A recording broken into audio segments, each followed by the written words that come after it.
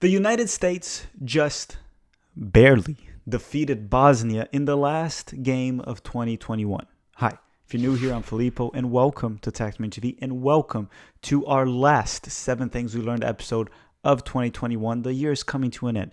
After every U.S. men's national team match, we do a video on the 7 things we learned from that specific game. For this one, we're going to do from the United States 1, Bosnia 0. There's a lot of negatives mostly from this, so bear with me here. A lot of the lessons are going to be mostly negative. Some of them will be positive. I'll try to be as positive as I can. With that said, everyone, make sure to hit that like button if you enjoy this type of content. Hit the dislike button if you don't like me or if you're an 03 fan. And subscribe and hit the notification bell if you enjoy the channel as well. We're going to start this episode. We're going to be very brief, and don't forget, tomorrow we have the USMNT abroad episode, so make sure to hit the notification bell for that. Let's play the intro, and let's start with lesson number 1.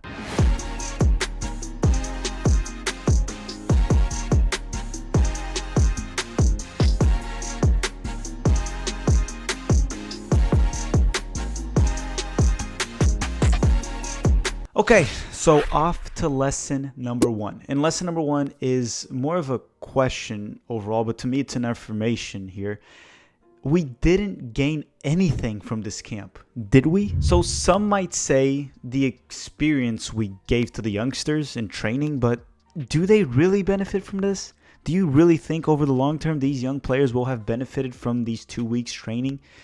I don't think so. Now, Jonathan Gomez, for example, who knows, recruitment-wise, in terms of day-to-day, I can't say anything on how it went in training and in camp, and if he felt included, and if he's more towards the U.S. than Mexico.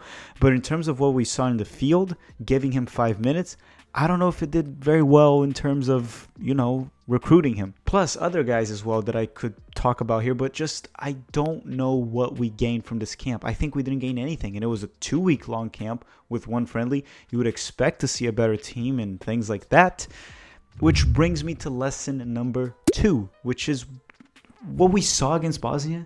A very weak Bosnia team, by the way, from their domestic league. Didn't look like a U.S. men's national team.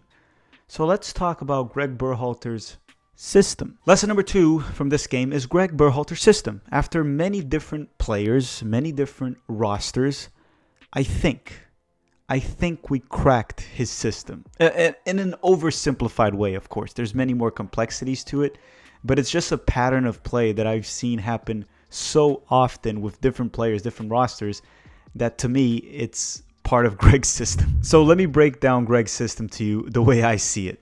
When we're doing the build-up, the ball goes to the center back. From the center back, it goes to the 6s. The 6s have the responsibility of finding the open fullback, which can be the right back or the left back. The right back or the left back, the fullback, has to then choose to go long to the winger or go back to the middle and reset the play. So I don't know if I was clear with that. Pretty much it's the center back to the 6. The 6 has to find one of the fullbacks. Then the fullbacks either goes long to one of the wingers or he goes back middle and resets the play. I've seen this so often, and that's one of the reasons we only score down the flanks. Our plays are always on the wings. And now that I've said it, hopefully you start noticing it in the games as well. I think that's Greg's system. The overly complicated system of the American Pep Guardiola that people talk about. It's actually not that complicated, but yeah, there's definitely more complexities to it, but this has happened many times with different teams, different players, different rosters, and it's a lesson we learned. That's part of Greg Berhalter's system. Jokes aside. Lesson number 3 is we learned Cristian Roldan's role with the U.S. men's national team, and he had an interview earlier this past week, where he said he was frustrated because he never knew his role. He was a winger, a wide midfielder, whatever, an 8. He didn't know his role. But now we know. And the role that Cristian Roldan has is at home on his couch, watching the game, also at the Tactical Manager live chat. So shout out to everyone that was at the Tactical Manager TV live chat and watching the game on TV, cheering for the team. That's his role. Look, he's had enough chances. I believe he has around 30 caps at this point, no goals, 2 assists. And he couldn't even put up a good performance against a very weak Bosnia side from their domestic league. And we're going to talk about this later in the video. Their domestic league is not better than MLS in any way, shape, or form. And Roldan couldn't put a strong performance as well in this game. When he's frustrated with his role, I think us, U.S. men's national team fans, we're frustrated that he still continues to get opportunities with the U.S. men's national team. And I know this is a friendly, and I'm not overreacting here. but he keeps getting opportunities on competitive games as well. Lesson number 4 is about Ricardo Pepi, and there's just something going on with him right now. Now, it could just be poor form. I mean, he's 18. He's going to have ups and downs, but he just hasn't been looking like himself. He missed an opportunity to score early in the game, which just doesn't really look like him. He doesn't miss those chances. He should have finished with his left. He went with his right, and he just miskicked the ball. It could be also the transfer talks, right? The transfer talks for a young player like him could be shifting his focus, and he's just not in the best form and with his head focused in the game. So I still think it's just poor form. I think Pepe's still the one that we saw earlier this year, the one that can score, contribute with assists and goals, and be involved in the offensive end. Hopefully he improves from that, but that is to be expected from an 18-year-old. But that was lesson number 4. Lesson number 5 is about Jordan Morris. And the thing I want to say about Jordan Morris is I know he's very one-dimensional, right? He puts the ball, tries to outpace you, whipping across, or try to finish and try to push you out of the play. He's very one-dimensional. But I think he was back. Well, he was definitely back, but I thought he looked good enough to replace Paul Riola. And I think that's a positive lesson, right? I've always been a bigger fan of Jordan Morris over Paul Riola, and I think Greg will bring one or another. Hopefully not both. Hopefully not both. But if it is to pick over one or another, I would go with Jordan Morris. And let me know down below, what do you think? Would you pick Ariola or Morris if you had to pick one of these wingers for the U.S. men's national team? All right, now lesson number 6. And if you haven't already, please hit that like button right now. Remember, this is a dictatorship, and I'm going to give you 3 seconds to hit the like button, especially if you made it this far in the video. This is the 6th lesson. If you made it this far, you can hit that like button right now. I'm going to give you 3 seconds. 1, 2, 3. Now, lesson number 6 is about MLS and the Bosnian League. And look, MLS is better than the Bosnian League, and I don't think there's any way for you to convince me otherwise, and I don't think I have to convince you either. But that does not mean the American players in MLS, or the ones at least that play this game, are better than the players in the Bosnian League, because this apparently is not even the best 11 of the Bosnian League from many Bosnian sources, what many people from Bosnia have told me.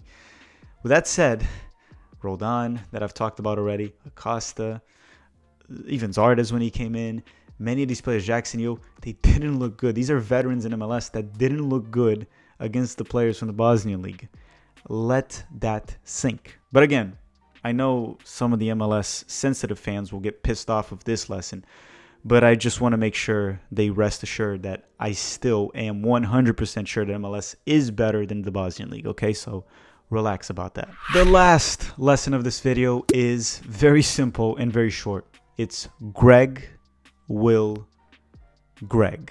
And he ended 2021 the most Greg way possible. Keep in mind, Greg will also be Greg in 2022. So essentially lesson number 7 is just a warning, a reminder. This is Greg Berhalter, and we will have to deal with it through 2022. And hopefully it's a very successful 2022 where we will qualify to Qatar and have a good campaign in Qatar and continue to develop young talent. So even though Greg will continue to Greg, we still managed to have a very successful 2021, and let's hope we can do the same in 2022. All right, everyone, that does it for this episode. I just want you guys to keep in mind one thing here. We will be taking it easy in the channel here for the last week. So around Christmas and New Year's, we'll probably do one live stream to hang out with everyone, with the Straight Red Card guys, with the USMNT Dundee Awards. Yes, Michael Scott, Dundee Awards. So that's pretty much it. We will take it easy because 2022 will be a very, very busy year. We're probably also going to do a top 10 CONCACAF video because Josie33, which probably is watching this video, requested it many, many times. Thank you very much for watching, everyone. Have a great day.